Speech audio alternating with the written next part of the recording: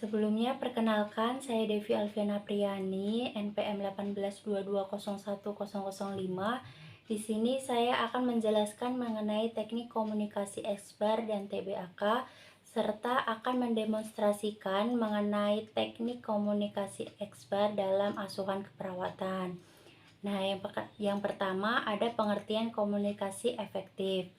Komunikasi efektif merupakan suatu transaksi proses simbolik yang menghendaki orang-orang mengatur lingkungan dengan membangun hubungan antar sesama manusia melalui pertukaran informasi untuk menguatkan sikap-sikap tingkah laku orang lain.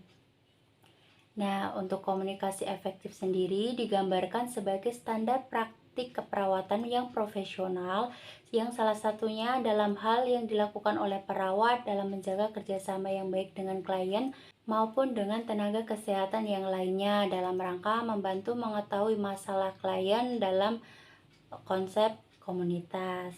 Nah, selanjutnya ada strategi XBAR.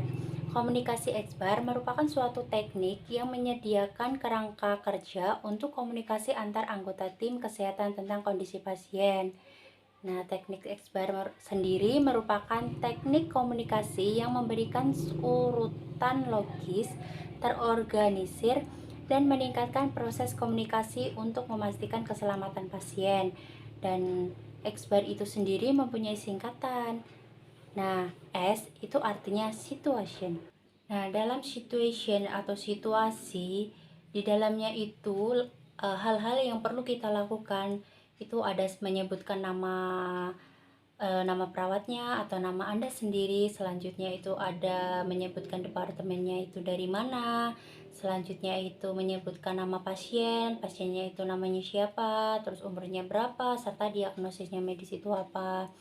Nah, selain itu juga menyebutkan tanggal masuk pasiennya itu, serta menjelaskan secara singkat masalah kesehatan yang dialami oleh pasien atau kondisi utama pada pasien saat itu. Untuk selanjutnya ada B, yaitu background atau latar belakang.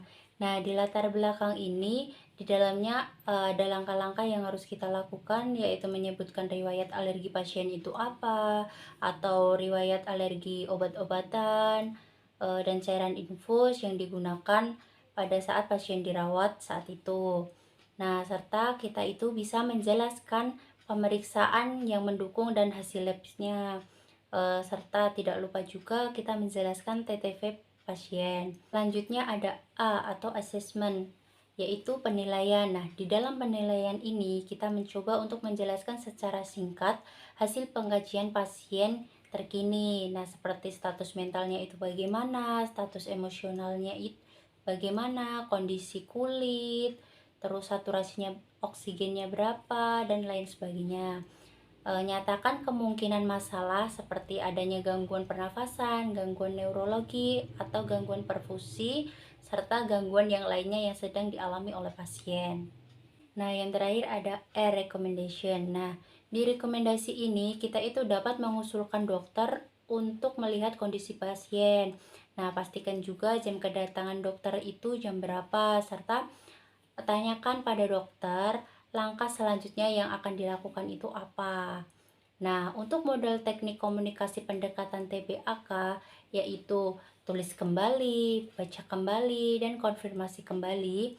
Nah, model teknik komunikasi TBAK itu memiliki manfaat yaitu untuk mengurangi insiden kejadian pada keselamatan pasien. Nah, selanjutnya saya akan mendemonstrasikan teknik komunikasi XBAR dalam asuhan keperawatan. Halo, Assalamualaikum dok. Apakah benar ini dengan dokter Jaga? Baik, perkenalkan dokter, saya Devi yang berjaga pada ruang penyakit dalam.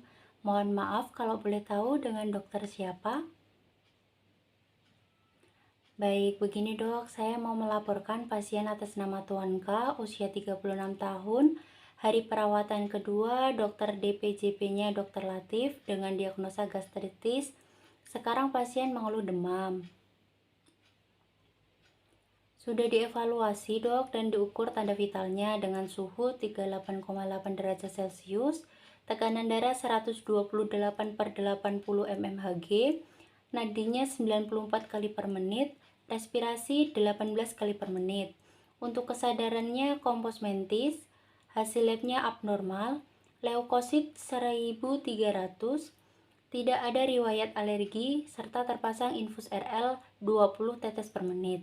Untuk obat-obatan yang sudah didapatkan ada ranitidin 2 kali 1 ampul, antasida 3 kali 1, andasentrol 3 kali 1 ampul, dan ceftriaxone 2 kali 1 gram. Sekarang klien mengeluh demam sejak 5 jam yang lalu. Suhu tubuh sudah saya ukur kembali dengan hasil 38,7 derajat Celcius. Dokter, tindakan keperawatan yang sudah dilakukan adalah kompres dan minum yang cukup, namun suhu tubuh belum kembali normal.